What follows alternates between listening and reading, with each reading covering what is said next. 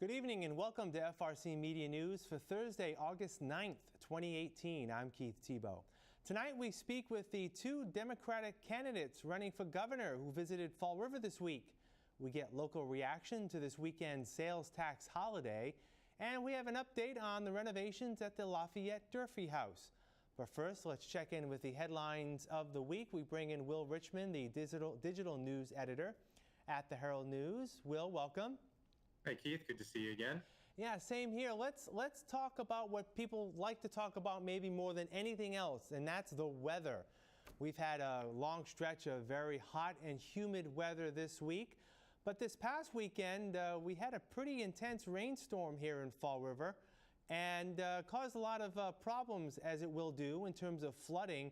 But one of the problems that we hadn't really seen was flooding on the Braga Bridge, and I know that you spoke with the Department of Transportation about that. So what did they say about the flooding on the Braga this weekend?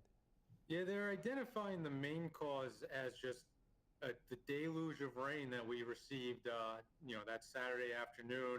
That it just was simply much more than the system, the drain system could handle. They were going to be reviewing the bridge as well. They kind of said there could be some issues with clogs in the storm drains and that type of situation, and that they'd be checking those structures to see if that was part of the problem. But certainly, we were hit pretty fast and pretty heavy with all that rain, and that seemed to be the main culprit as far as Mass DOT had to say. And of course, there's always some trouble areas around the city, Quarry Street and Pleasant Street, rather. That's always an issue, and there's always been some flooding issues. But it's the first time that we actually see an issue with the Braga Bridge. I know I travel across the bridge every day, coming into work and going home, and you do see in some of those drains some vegetation that grows through there, so that could have been an issue as well. But it was something that people weren't prepared for, and I know whenever we get these heavy rainstorms, we get pockets of that throughout the city.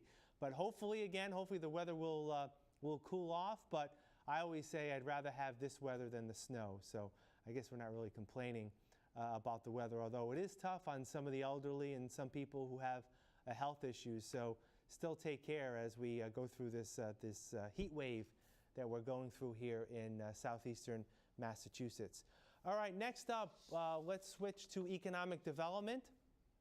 The Fall River Redevelopment Authority got some disappointing news at its meeting yesterday, where a national company that had shown its intention to build and grow within the life sciences and technology park here in Fall River sort of pulled back and said they're not going to come to Fall River, and that would have brought some 500 or so jobs. Do we know any of the details on who this company was and why they decided not to pursue Fall River? There's been no information released as to the identity of the company.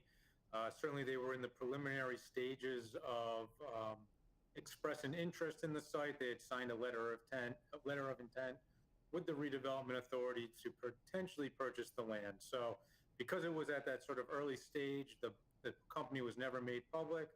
But what we've been told today is that they've decided not to renew that letter of intent because the company is currently in the process of purchasing another large company, and they were focusing on that effort right now, pulling back out of the potential for expansion to the Fall River area. So, there's a chance they could come back if things go well, I guess, with that purchase and sales on their end, but we'll have to wait and see if anything happens with that. We do know that it was going to be a manufacturing plant that the company was interested in building in Fall River. Again, they signed that letter of intent in April, and back then they promised 500 jobs. So we'll have to see what happens. But it's a short-term hit for the city. We always like to see the positive economic development news in terms of jobs, which are still greatly needed here in this area. But this company decided, at least at this point, to move on, and we'll see what happens on whether they come back or not. Other topic on the table today has to do with the Housing Authority. Again, Housing Authority has been in limbo for quite some time in terms of the hiring of an executive director rather, to lead the organization. This week it was reported that the Housing Authority has been moving some younger disabled residents from some housing units into other units that have been traditionally dedicated toward the elderly, and the residents in those elderly housing units have expressed their displeasure with some of our local elected officials. What can you tell us about this process? Yeah, so the housing authority did start moving people who are considered disabled under federal status. That disabled label also means those who are recovering from substance abuse. So I think there's a concern among some of the elderly residents about the idea of people who have been exposed to substance abuse, the potential of people still using drugs, being given access to move into these facilities that have been designated elderly living sites for years now here in Fall River. This has been something that some of these residents have been fighting. We know the residents of the Homes Apartment started a petition amongst their residents to raise awareness about this problem with the Housing Authority Board. And it all comes on the heels as well of the Housing Authority having their housing plan rejected by the Housing and Urban Development Agency, which oversees Housing Authority properties at the federal level as well. So, certainly some problems here. As you mentioned, hasn't been any steady leadership in the Housing Authority for a while now as they continue to search for an executive director. And it just seems that sort of problems are starting to snowball over there. Yeah, you talk about the HUD denial of the designated housing plan. Is that a reason why that these younger disabled individuals had to be put in these homes, because it has to work off a plan that hasn't been approved? Well, I think at this point it's difficult to know what the full reason was for the rejection, but certainly the Housing Authority Board, while there's been a lot of vacancy and unknown at the executive director position, many members of the board have been on that board for a long time now. They should be aware of what the process is, what is required in the plan, and that just didn't seem to faze them. Yeah, definitely a lot of confusion at the Housing Authority, and hopefully they'll get their ducks in a row and get things settled so they can address these and other issues that have been on the Housing Authority's plate for quite some time. All right, Will, what's coming up over the next few days? Yeah, we'll take a look at some funding that could be coming Battleship Cove's way as they're looking to fix up some of the ships down there. And we'll continue with our Fall River Wonders series. And if anyone has any questions they want to submit to us, they can visit us at heraldnews.com/Fall River Wonders. What's the wonder this week? Can you give us a hint? You'll find out later this week. That's called the professional tease, as they say. Don't you wonder, Keith? I do. I wonder. All right, Will, thanks. We'll talk next week. All right, have a good weekend. We'll have more FRC Media News right after this. Latest hot jobs list from the Fall River Career Center. Family Support Specialist. Seven Hills Foundation, located at 1402 Pleasant Street, is looking for a part-time family support specialist to assist children, youth, and families build, maintain, and strengthen positive communications within the family unit. Job number 10877066. Tax Professional. H&R Block, located at 4171 North Main Street, seeks a full-time tax professional to conduct interviews with clients, prepare and complete accurate tax returns, and provide IRS audit support. Job number 10876944. Cook. Next Step Healthcare, located at 1748 Highland Avenue, is in need of a full-time, experienced cook to prepare and serve food for residents, employees, and special events at a skilled nursing facility. Job number 10872002. Blount Fine Foods, located at 630 Current Road, is looking to fulfill the following full-time positions. Human Resources Generalist, job number 10879804. Senior Brand Manager, job number 1087-9449. Quality Assurance Technician, job number 1087-9497. Production Sanitation Associate, job number 1087-9429. For more information on these or other positions, visit jobquest.detma.org or call the Fall River Career Center at 508-730-5000. Welcome back. The Fall River Ward 8 Democratic Committee sponsored an event on Monday hosting candidates running in the September 4th state primary. Among those in attendance, the two Democratic candidates running for governor, Jay Gonzalez and Robert Massey. We caught up with both candidates. This job, I was CEO of a health insurance company. That covered low-income people in the Medicaid program. I'm a former health insurance CEO who thinks we need to get rid of health insurance companies and go to a single-payer health care system.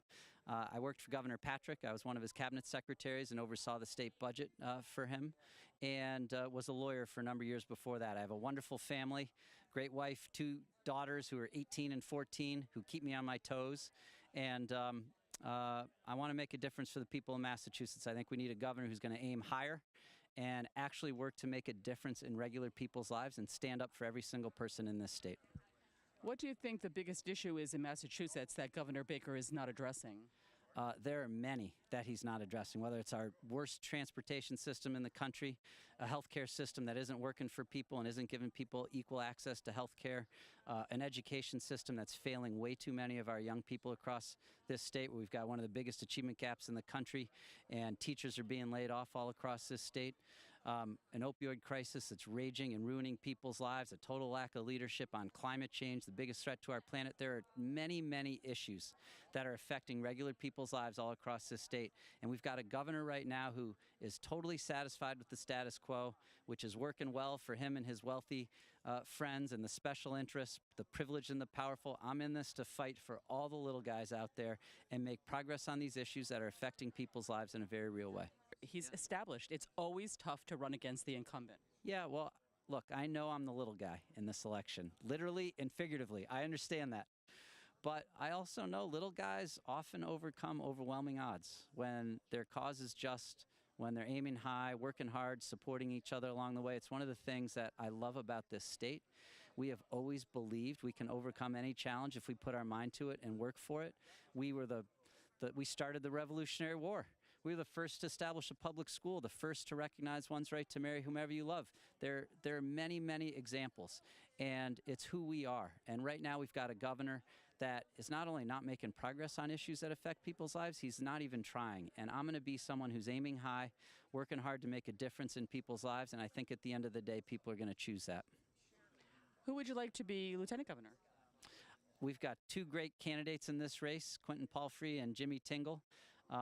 I'm very focused on my race right now, and so I'm hoping to earn people's support on September 4th when the Democratic primary is, and hoping they'll go out and vote for our campaign. I look around at the state, I see that we have some really important problems, structural problems that we need to address.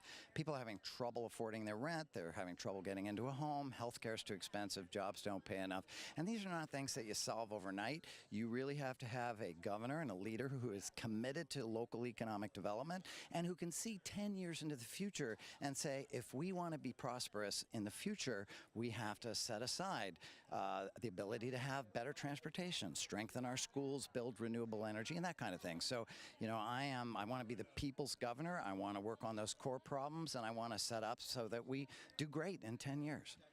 Well, I know Governor Baker has been a proponent of the South Coast Rail. How do you feel about that? Well, he's been sort of a proponent, and he's gone back and forth on which things that he supports. The really big problem with Governor Baker is that he is not thinking about the future. So we need a statewide transportation system. I have been in more than 300 communities, and I just want to tell you that town after town, city after city has told me we could do so much better if we were better connected. And people with lower incomes say, look, we can't all afford a car. We need to have better access to our trains, to our buses.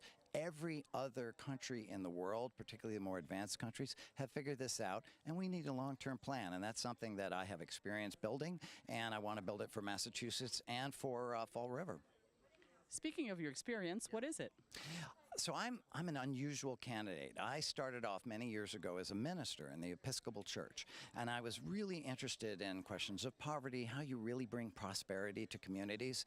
And after a couple of years, I opened a homeless shelter. I thought, I need better training in how you create prosperity, how you do investment. So I actually went to Harvard Business School. I didn't go to make money, but I went to be a better advocate. And I have to tell you, I confused my parents. They thought, okay, he's in ministry, and now what is he doing? But since then, I've been a teacher, a professor.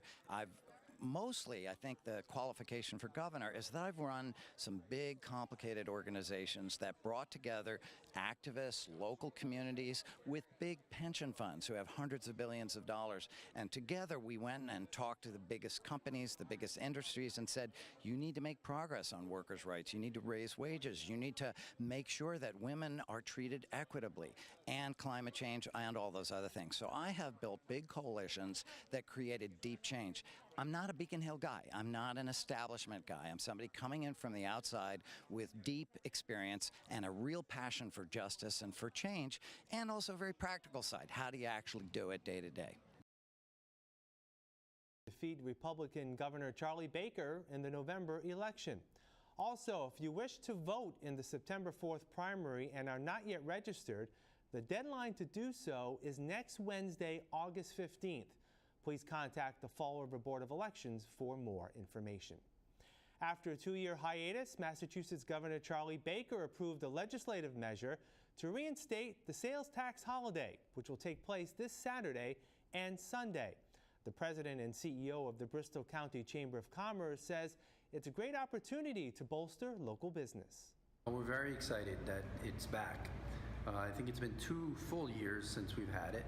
And we're very excited. We've got businesses like Sabre TV, J&J Jewelry. They're having big sales to help drive additional income this season. They definitely get more sales. More people get out and shop. It becomes a very, very big weekend as a result of people not having to pay the sales tax, and they'll spend more money on higher end items, jewelry, televisions, even clothing, back to school shopping. It's a good time of year for that, so it makes a big difference. There's a lot of people on Saturdays driving through the area on 195 and 495 coming back from the Cape after they spend a week or 2 there, and those people can stop, shop local, and do very well. It's another reason to come to the area. A 5K walk will be held this Saturday in support of Stepping Stone to raise funds to operate their new homeless facility on Durfee Street. Here's more. There are many ways that you can help. You can sponsor the walk. You can sponsor and pledge somebody who's walking. You can create a team and show, the support. I love it when we see teams from our community. You'll often see Health First there. You see Star there. You see all of the organizations that are really supportive of the homeless population here. You can always volunteer, and you can just support by a donation, by just sending a donation to Stepping Stone. We'll have more FRC Media News coming up.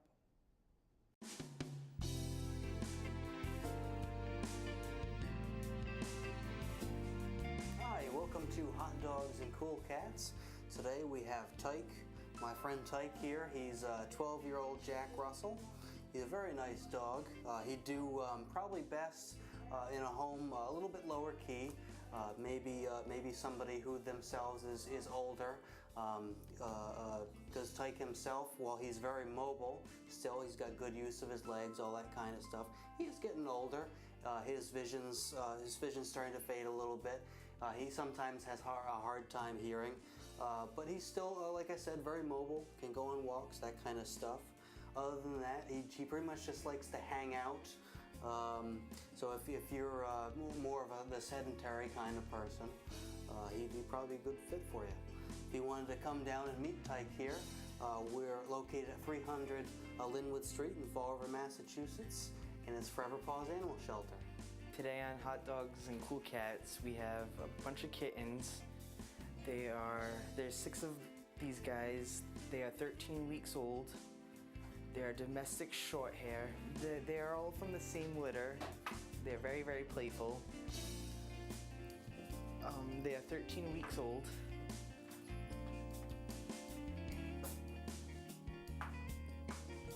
So if you're looking for a couple of cute kittens, come down to Forever Paws. We're located on 300 Linwood Street. We are open from 11 to 4, except every Wednesday we are closed. So come down and meet them.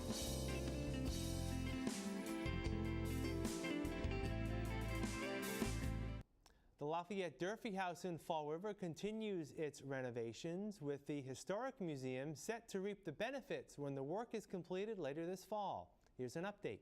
The previous phase from the one we're just completing now was an exterior restoration of the front of the building, which included new reproduction window frames, water table, new door surround, fabrication of historic sash with wavy glass.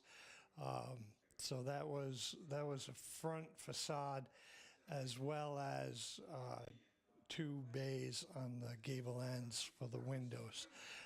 This phase that we are completing now was to remove a bad reproduction chimney mast that was done in 1985. And it was they used the modern bricks for the time, gray mortar, just did a really bad job. The shape of the fireboxes were wrong, and it never worked. So far, if you'll actually notice, the roofs have been done. They're actually with shakes, so they're wooden shakes, the period correct. And the fireplaces have actually all been restored. There's some final touch working going on the fireplaces, including putting in some of the metal fixtures, things like that. And then now we're getting ready, preparing to put up the surrounds around the fireplaces, mantles, those kinds of things. Now, what is your vision once it's done? We actually have a lot of exciting things happening, and if you actually look at our Facebook page, Lafayette Durfee House, you'll find there's events coming up. We have cooking demonstrations, we have sewing bees, we have a tinner coming in to have the kids punch and make their own Christmas ornaments. So there's a lot of exciting things coming up. And we'll also be doing a lot with the fireplaces, including wassail parties and things like that. Business owners who want to freshen up their look of the brick and mortar establishments can get signage upgrade help from the city. Here's the story. The mayor has undertaken an initiative using his program coordinator and working with CDA to promote a storefront improvement program that we have, and businesses have the opportunity to qualify for up to $2,000 for new signage or some sort of facade improvement. Monica Souza is managing that for us. The project's actually been around for quite a while, but without someone actually promoting it, it really hasn't taken on any activity. But recently, we are getting a lot of businesses that are interested in the program, and so we are going to see some new storefronts and some new signage in some of those areas, as well as all of our small business areas within the city. That'll do it for this edition of FRC Media News. You can catch FRC Media News Thursdays and Fridays at 6 p.m. and online at our website, frcmedianews.org. For all of us here at FRC Media News, I'm Keith Tebow. Have a great week. We'll see you next Thursday.